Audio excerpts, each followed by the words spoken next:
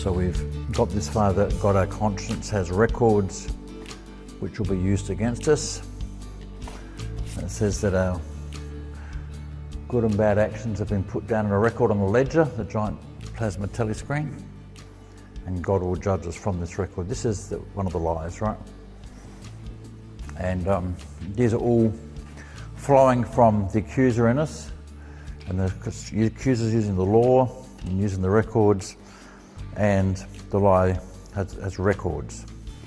Now, when you've got that, you've got a certain number in the negative and a certain number in the positive, and they can be put onto the scales. And you can think of yourself, oh, but I did this for this person, or I've done that for that person, but I've done this wrong thing. So you can start playing the game of comparing yourself off. All right? So you've got memory of what you've done and what you've been involved with, and your positive and negative actions, and you might get videos replaying some of your behaviours, which is very interesting. And if you have too many negatives, you can feel uneasy. And they believe that the judgment seat of Christ, for some people, is based around this process. So it's not, but we enter the sixth lie, that we can balance good deeds off with bad.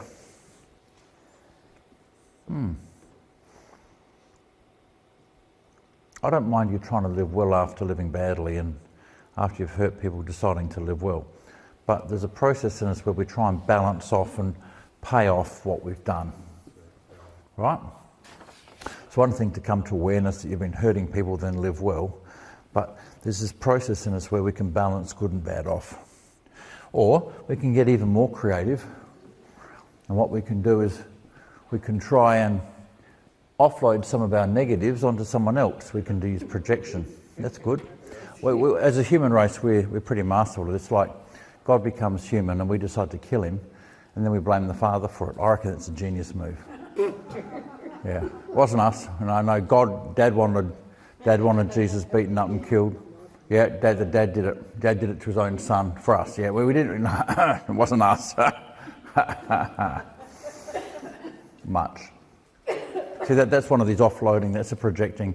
Instead of saying we killed Jesus as a race, can you think of different parts of the universe? Do you know 4/5 down the spiral arm of the Milky Way, there's a solar system there, and in that solar system, God became human and they killed him. Oh my goodness! And go, what?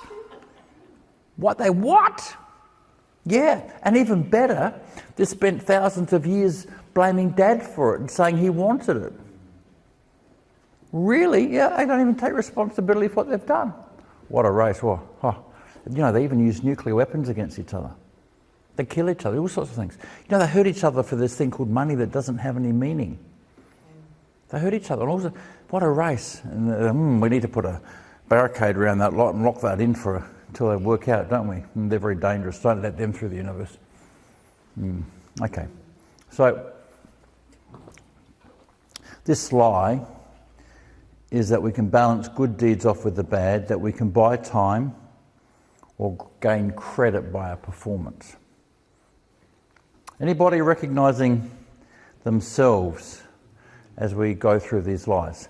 And these are often implicit in us, they're not necessarily clear and explicit, but are you recognising that you have these sort of intuitive behaviours, especially when you've screwed it really badly somewhere? Like when you've gone and done something shameful. Look at our responses. We really do this. And then this is really the coup de grace. And we're coming back to meet the conscience that we're judged and ultimately acceptable or unacceptable by what we've done. Oh, we have thoroughly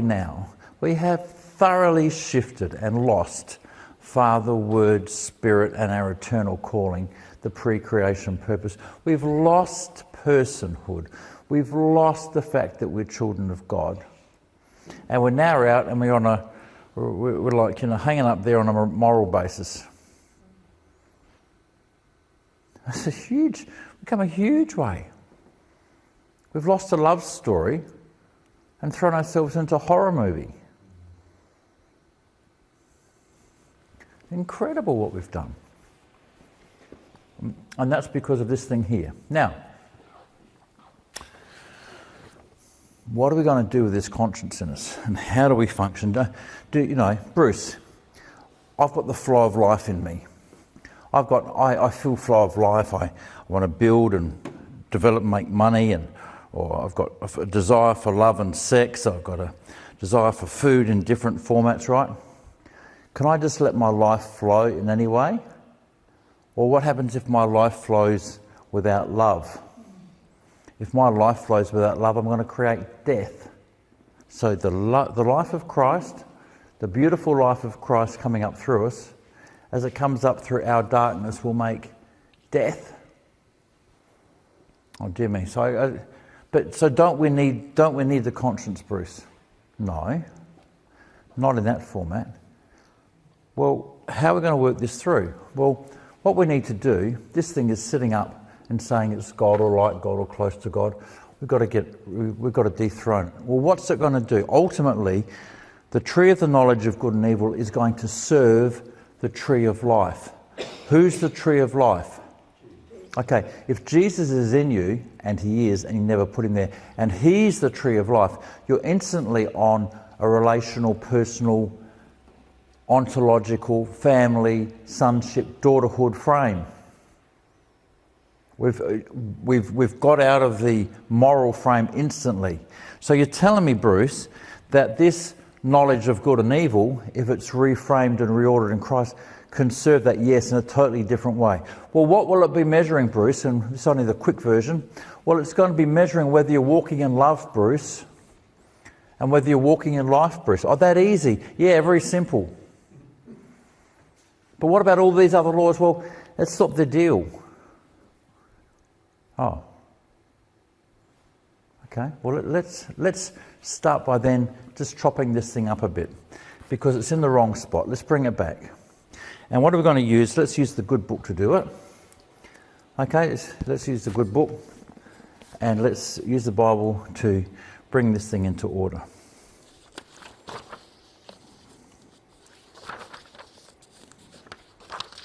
So let's go through the lies first. There's a lot of them. The first lie is that we are separated from God or alone.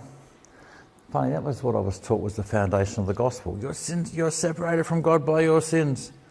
It's just not possible. It starts with a lie. The next lie is you can actually get back across what any mythical separation you've got is. The third lie is that the conscience is your measure of how you're achieving this thing. The fourth lie is that there's some sort of list of records held against you. Right? And then, no, the fourth lie is that measure of acceptability is contained in a law. No, again, it's not a relationship, is it?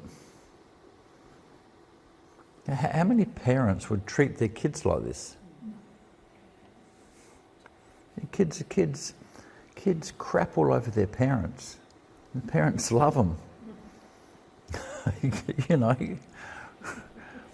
It's the parents just keep coming forward and loving the kids, right? And we've got God worse than ourselves. Again, we're good at projection, right? Yeah, the heavenly dad is a much worse dad than we are. How abominable are we that we even get to there and even don't find ourselves vomiting?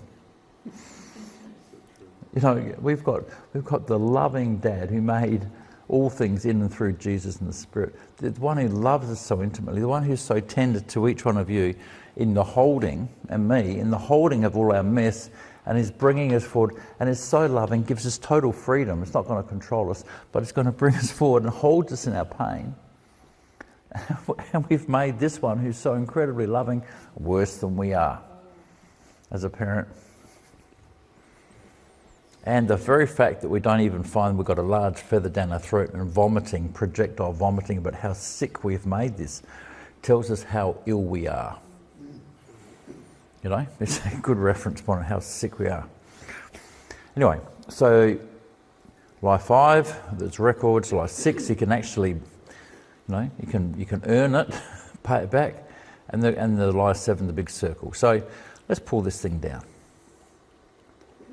Firstly, we know the conscience is the lock. Once you've got guilt running, Once you've got guilt running, your fear's locked. Correct? Yeah, once your fear's locked, you're frozen. You can't think or feel. And once that's going, you're just locked. You're just stuffed. Right. Now, what does this do to you in your relationships and in your growth in life? Okay? So we're going to have the conscience just up like a woodpecker. Something comes to, so come stand up here, Phil. So Phil comes to me, Phil's saying something or doing something, and the whole time I'm just good, bad, good, bad, good, bad, good, bad, good, bad, good, bad, good, bad, assessing Phil, good, bad, good, bad, good, bad. What relationship have I got? There's no relationship. Because what I'm doing, I'm just meeting Phil the whole time assessing, is he good or is bad, is he right or is he wrong? And I've got my emotions squashed down, because emotions are evil. You can't trust emotions because they're not good, bad. Have you been told that stuff in your Christian walk? Don't trust your emotions because you can't work out right and wrong, because right and wrong is the measure, not life. Whew. So emotions, we don't acknowledge them, they're suppressed. And our values and our intuitions and the inner walking, thanks Phil. Can you grow 30, 40 legs and do it again? For the joke, you've got to see the previous things. So we suppress our values, intuition, needs and experiences. And that's just a deadly way of operating and living. And we can be such a plastic fantastic. And it's so horrible and dry and deadly. And people go through that and they end up throwing away Christianity because it has no life in it. And when you look at it, that doesn't have any life in it. And what did God say? The day you eat of this thing, you will die. Let's bring that back in. The day you eat of this thing, you will die. The day you eat of this thing, you will die. But we've got to stick into every orifice of your functioning. The day you eat of it, you will die. So we've got to work out, seriously, this is an important question, you've got to work out how you handle this thing and what you do with it and how you walk, because you can't let it run rampant. It will kill you. And then you get all confused. So you get people who just, in the end, they say, oh, stuff the whole religious system, and they just go out and live life, and they're trying to navigate their way through that. And they're getting closer to the truth about living life and trying to discover love than they are by this thing. Right? It's quite horrible. When you look at how horrible that is. Okay, next thing. Throw that into a marriage, shall we? Oh, good, bad, right, wrong, good, bad, right, wrong, good, bad. Where's the meeting of emotions? Where's the meeting of life? Where's bilateral value, intuition, needs, experiences? How deadly is this, huh? Anybody recognise some Christian marriages? It's just so horrible. There's not many of those, thank God. Most, what happens in the believing world is a whole bunch of people sort of end up living by what they know as the life of Christ, and they sort of pick and choose with the conscience as they want, and sort of they're sort of trying to navigate this. What you've got to do is kill off the conscience and work out how it's meant to work, and then live from life. Live from life and love. And what this thing should be doing when it's reformatted and it's come under the servanthood of Jesus, this thing should be helping you know that's life, that's not life. You're living your life, but is your definition of love wide enough that you're not just focusing on what's in front of you, but you're looking in and making sure everyone in that sphere is loved, so you're not damaging people. You with me? So that's great. Michael just waved at me like this. I don't know what that means. I can't count. Now, the next thing is, let's throw this thing into a religious situation. I had a gentleman who said, Bruce, I have to do this, I have to obey my pastor.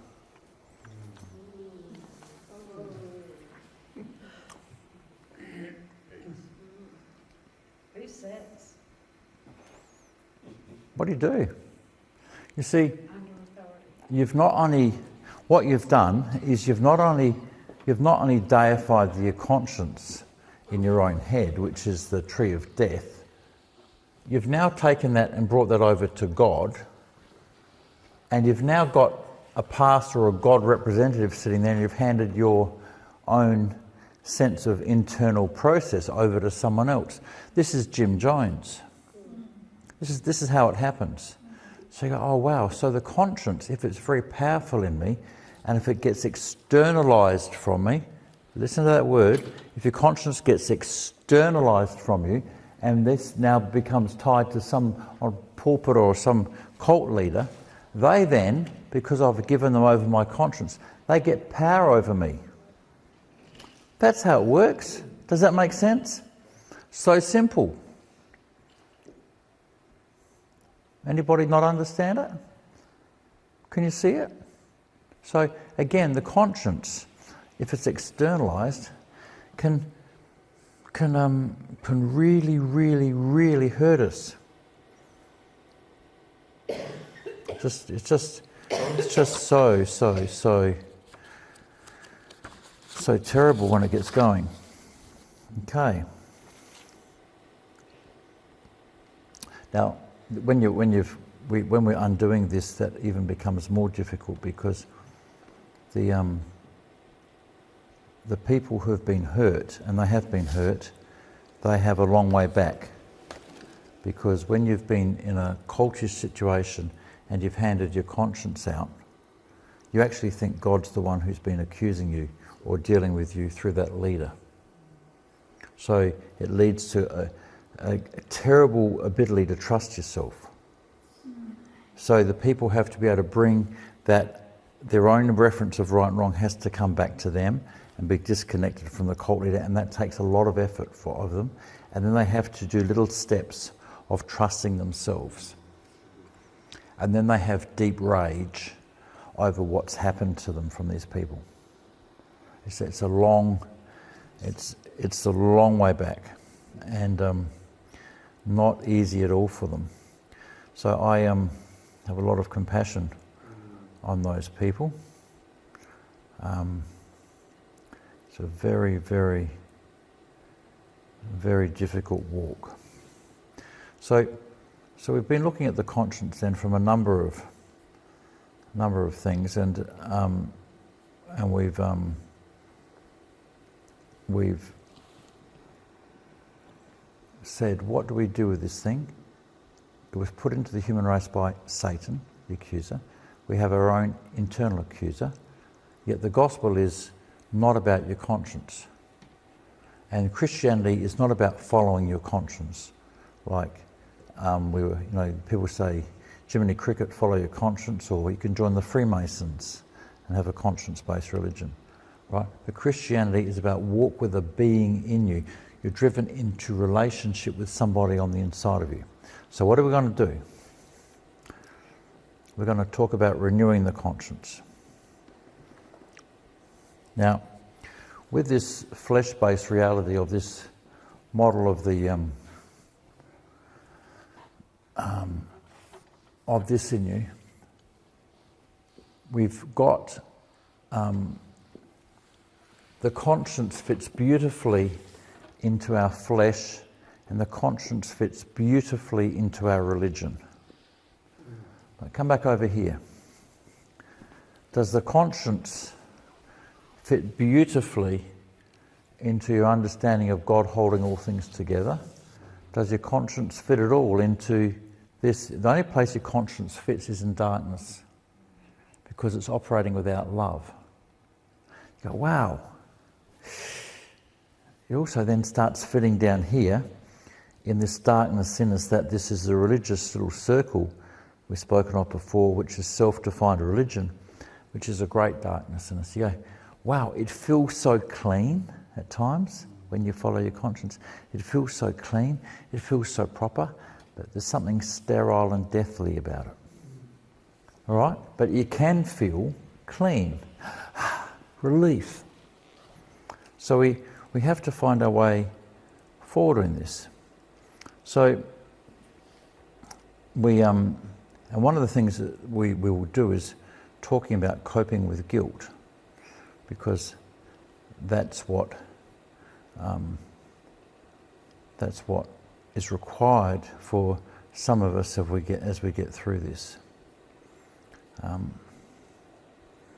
Now, and Michael's playing havoc with my computer here.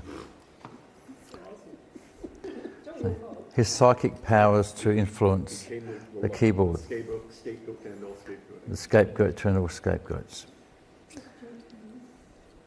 Now, what we're going to do is take you through a bunch of scriptures now.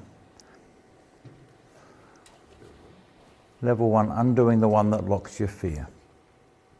So I'm going to be going through scriptures, and I'm going to go through scriptures, and we're going to go through scriptures to actually use the scripture to ask questions of these things. Right? So we've laid out a problem, and now we're going to go through a solution. But we're going to go through 3 solutions. The first solution is going to be looking at scriptures on this. The second solution is going to be saying, what does Jesus say about it? Okay? So let's just start. I'm going to read Revelation 12. Has anybody got their Bible? No one's got their Bible. They're expecting to have it on screen. I've got it. You want it? Yeah, fire away, Wes. Then I heard a loud voice in heaven saying, "Now the salvation and the power and the kingdom of our God and the authority of his Christ have come. For the accuser of our brethren has been thrown down, who accuses them before God day and night. And they overcame him because of the blood of the Lamb, and because of the word of their testimony, and they did not love their life unto death." So we heard a loud voice in the heavens saying, "Now salvation, strength, and the kingdom of our God, power of his Christ have come. For the accuser of our brethren," and this one is off Satan. Satan is accuser, but you've got one inside your head now, correct? The accuser of our brethren, who accuse them before God. I call it the woodpecker. Do you have a woodpecker inside your head just tapping away, going night and day at you sometimes? You've got to parry it and do stuff, right? Now look at this. Has been cast down, and they overcame him by the blood of the Lamb. And we've spoken about what the blood of the Lamb means. The blood of the Lamb means that it's talking about the new life of Christ that he's built in his body as he's overcome Adam, and it pours out of his side. But the blood of the Lamb means that you died when Jesus died. When you died when Jesus died, we've explained what does that do to the law of sin and death? Gone. So nothing can accuse you. No one can bring an accusation against you because you've already died. So they overcame him by the blood of the Lamb, the word of their testimony, and didn't love their lives. Well, this thing accusing you inside has no time for the blood of the Lamb, has no time for the word of Christ, because it wants to keep accusing you. But if you've died with Christ, which you have, it has no place to accuse you. Whoa. So we're entering something that seems to be opposite Christ, isn't it? So this might be something that is anti-Christ. Oh my goodness, you're telling me my conscience inside me is operating as an anti-Christ? I am. Play that through. Think this through yourself. It's pretty heavy. So that's Revelation 12, 10, 11. Let's look at 1 John 3:20. 1 John 3:20. For if our heart condemns us, God is greater than our heart and knows all things. Oh, hang on. If my heart is condemning, if something in me is condemning me, God is greater than. So this thing is not God. So it's Antichrist. It'll condemn me when God doesn't. And I'm meant to be free from it because I've died with Christ. It's not looking too good for the judge, is it?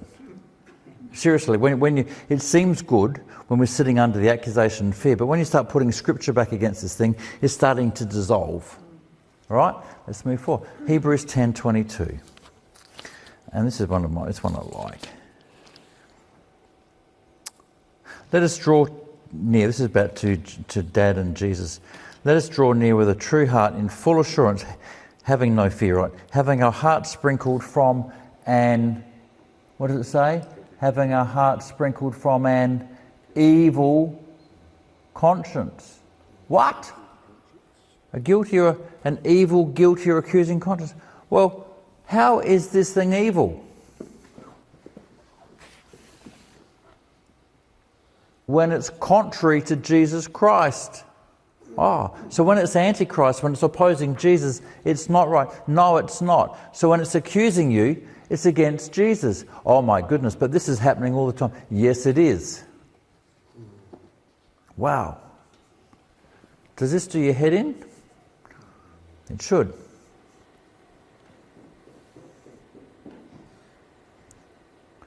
So let's come back to Revelation. The accuser of our brethren has been cast down. Who is the accuser? Is God the accuser? No. 1 John 3:20. While I might condemn myself, does God condemn me? No. Now, what is an evil conscience? Does an evil conscience accuse you? Does an evil conscience agree with Jesus or Dad? Have you thought about your conscience being able to be evil? Whoa. So now all of a sudden this is getting confusing, Bruce, because I know what life is, but you're telling me that my conscience can be in darkness, that is an evil. Yes, because it has no love in it. And it's working against what Dad says about you. Dad says, you're my son, you're my daughter, you're my daughter, you're my daughter, you're my son. And the conscience says, no, you're not good enough. It's antichrist. It's against what God says about you. You with me? So this is really, you've got to really get this clear in your head. Now, and we can talk about an evil conscience and a seared conscience.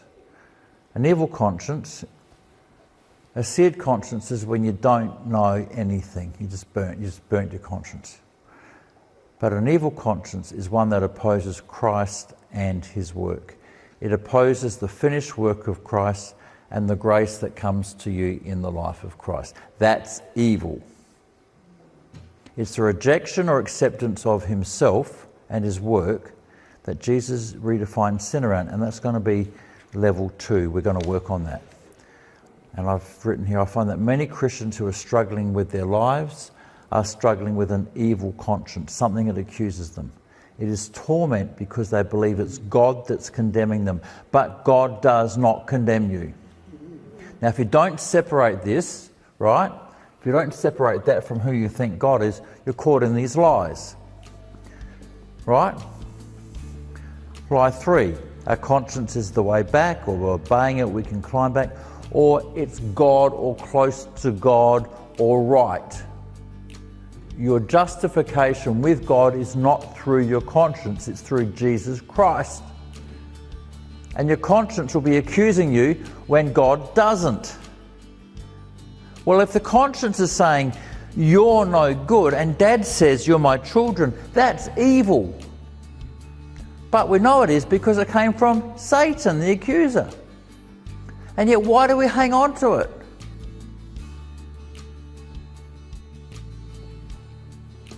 Is this clear enough? Clearly, I am not. It leads to terrible I am not. Now, the law. So we've got this conscience. I'm sorry, Mr. Conscience, I'm just going to put a cross through you, right? Cross. You are not God. You're not close to God. You're not the way back. And let's come down and work our way through these, because these have to be undone. How much time have we got, Michael? 2 minutes? Okay, we're going to stop now, and we're going to kick into the law in the next session.